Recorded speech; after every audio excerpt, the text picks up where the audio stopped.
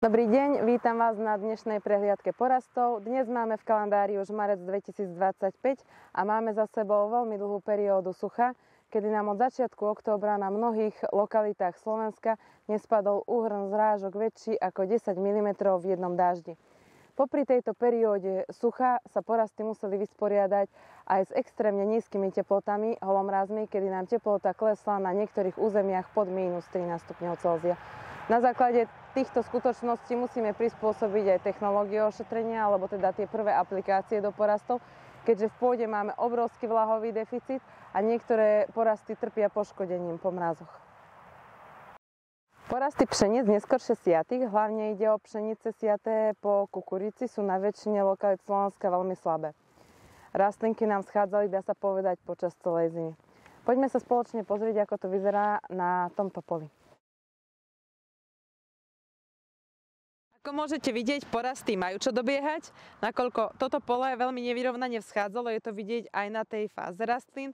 Niektoré rastlinky máme už s 2 odnožami, kdežto niektoré nám ešte len pôjdu odnožovať.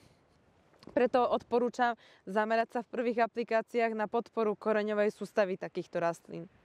V koreňoch sa nám prirodzene tvoria cytokininy, ktoré nám podporujú odnožovanie. Preto ako prvé odporúčam ale aplikovať Rajkas Štart, ktorý okrem cytokininov obsahuje aj fosfor, polysacharidy, aminokyseliny, ale aj draslík a dusík. Sú to všetko látky potrebné na regeneráciu porastu. Ku tomu odporúčam doplniť aj prípravok Phytobela Mangán.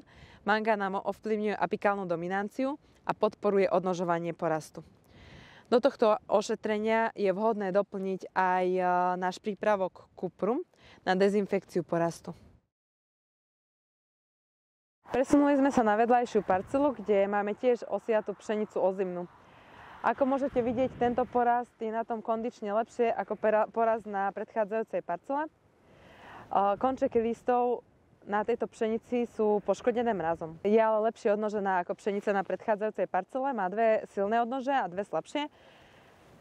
Moje odporúčanie do prvej aplikácie je aplikovať Phytobelu MPMG na podporu koreňového systému rastlín. Ku tomu aplikovať Phytobelu Mangán. Ako môžete vidieť, na bazálnej časti sa nachádza také hnedé sfarbenie. Preto odporúčam prvú aplikáciu doplniť našou novinkou, prípravkom Cuprote pre dezinfekciu tohto porastu. Na záver vám poviem ešte jednu zaujímavú informáciu. Tí, ktorí nás pravidelne sledujete, viete, že každoročne odoberáme vzorky plodín, ktoré odosielame do Inviga na laboratórnu analýzu. Práve z týchto 2 parcel, ktoré sme si dneska prešli, boli na jar odobrané vzorky. A poďme si teraz spoločne pozrieť, ako dopadli laboratórne analýzy.